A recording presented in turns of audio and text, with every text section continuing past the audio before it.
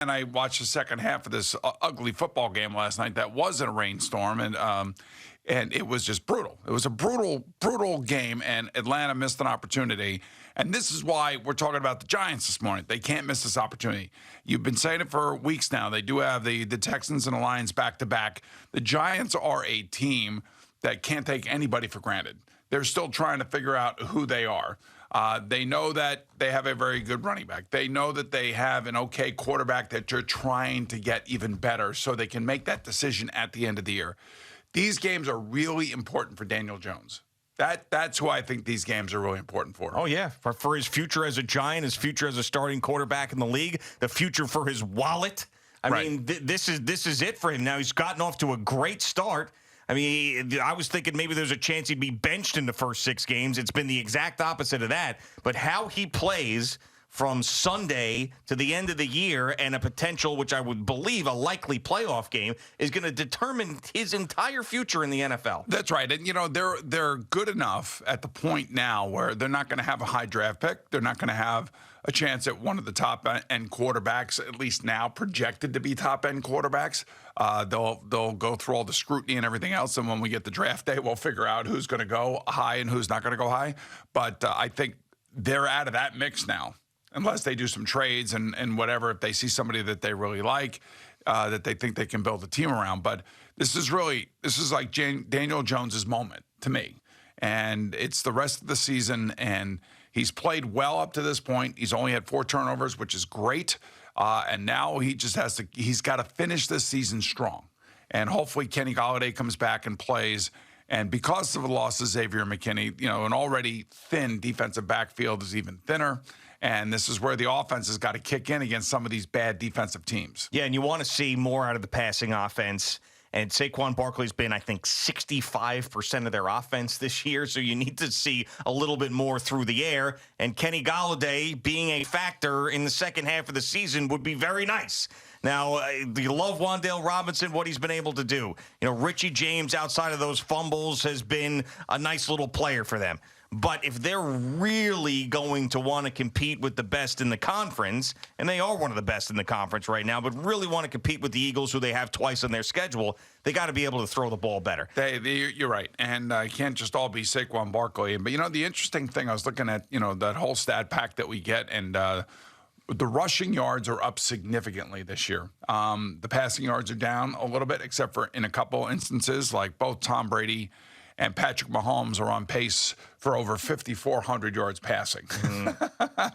But there's more running, and 2 of those quarterbacks, both Lamar Jackson and Justin Fields, are in the top 11 rushers in the league. So there's more running this year. Games tend to be shorter when there's more running. So that's why Saquon Barkley has the numbers he has. And I think I don't necessarily know that they're trying to protect Daniel Jones. I don't think that's the case. I think that Brian Daboll came in this year and was going to hold him, you know, to his feet to the fire when it came to interceptions and fumbles. And he was going to push the envelope for him, and he was not going to back off. Like, he was not going to take his foot off the pedal.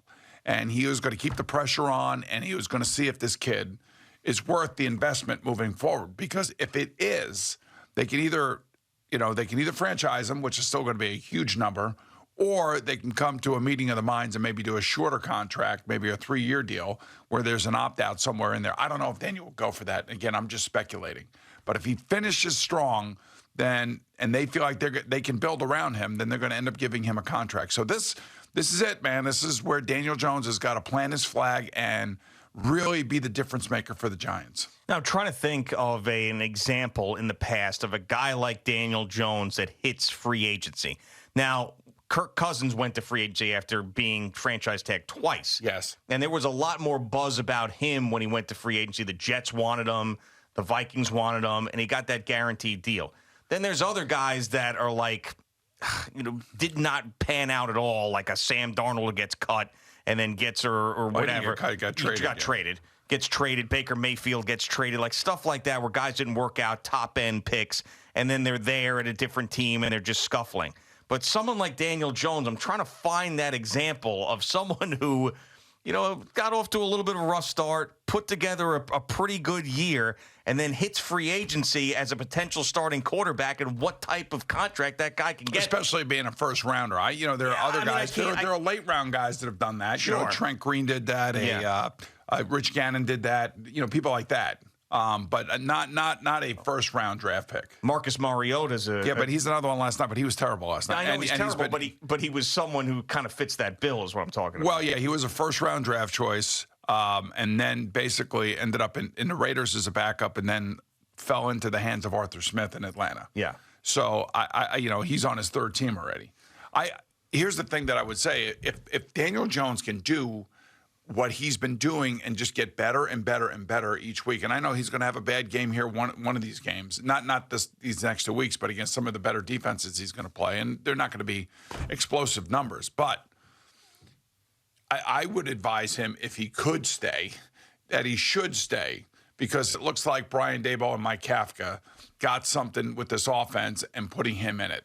Do you think that Joe Schoen and Brian Daboll actually thought that they would have to make this decision about Daniel Jones at the end of this year? Because, I think, and I could be wrong, but I think they were probably saying, we'll squeeze as much as we can out of this guy this year, and then we're going to bring in our own guy. If they knew who he really was and they were happy with him, the contract would have already been offered. But you haven't heard anything about that. No. They're still evaluating him, and Joe Schoen was pretty honest about that during the bye week. We're still in the evaluation phase. They still want to see more. They still want to see him, hit the afterburners. Mm-hmm. I feel like Justin Fields is hitting the afterburners now. They figured out an offense. They figured out a way to get him more involved and to get him to calm down on the field and make some plays. And he certainly has done that the last 3 weeks. And I think the Bears are fairly bullish on him moving forward. I think the Jets are fairly bullish on Zach Wilson moving forward, although he hasn't had that signature game yet. They can see the playmaking. They can see the accuracy. They can see when he is calm and he stays in the pocket and he reads the defenses, that he can put the ball right on the receiver and not turn the ball over. So I think there are signs where they feel pretty good about him. But I think the Daniel Jones thing is really strange to me, because I know the ownership loves him, and I know that the organization loves him.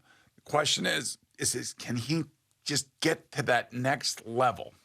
Yeah, and we have not quite seen that. And it was the Offensive Player of the Week 1 week, and it was a lot to do with his legs that week. That's okay, though. Yeah, that's fine. fine. That's who he is as a player. And he's won a bunch of games. I think that we're going to get to that same point we do with a lot of these quarterbacks, where you ask the question, what's the alternative?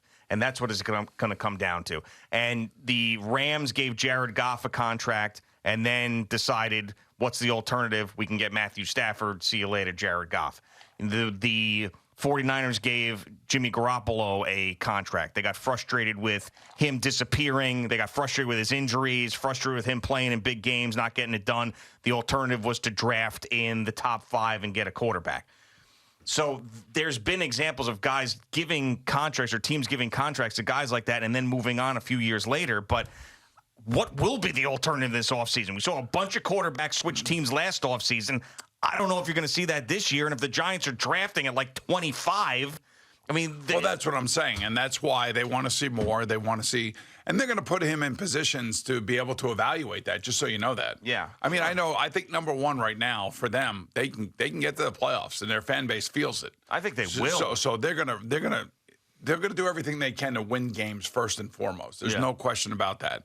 But there's going to be a game or two here in the final, 7 games or 8 games that he's going to have to win it throwing the ball if he can. If they have the right wide receivers out there making plays for him, he's going to have to do that, and they're going to have to see that, because the worst thing would be to get to the end of the season, make it to the playoffs, and still not be totally sure. But then again, not have that alternative. That to me seems like the most likely outcome. So they're going to have to come to some sort of reasonable agreement. Yeah, right. And Daniel Jones will probably want to stay, as you mentioned. He doesn't seem like a guy that's going to go out there and chase the top dollar. I would say, just watching the way he's played this year and the way that they're treating him, I would say stay with this coaching staff if you can. If you can. Yeah, he's playing his best football right now with these guys. He's not turning the ball over. The offensive line's playing better. So it's interesting. Also, the Saquon Barkley contract is interesting too. I mean, very interesting. Now, he has meant almost everything to the Giants offense so far this year. CBS Sports Network put up a graphic. I believe he's, fourth in total scrimmage yards in the NFL this year. But he's a running back. You could always franchise him. You could. I wonder what that number is.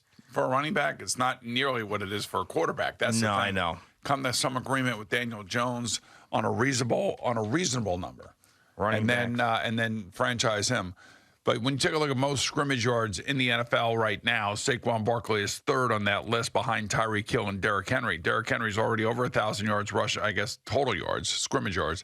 And Tyreek Hill's on pace for 2,000 yards receiving. Unbelievable. Everybody thought he was going to have a bad year going from Patrick Mahomes to Tua.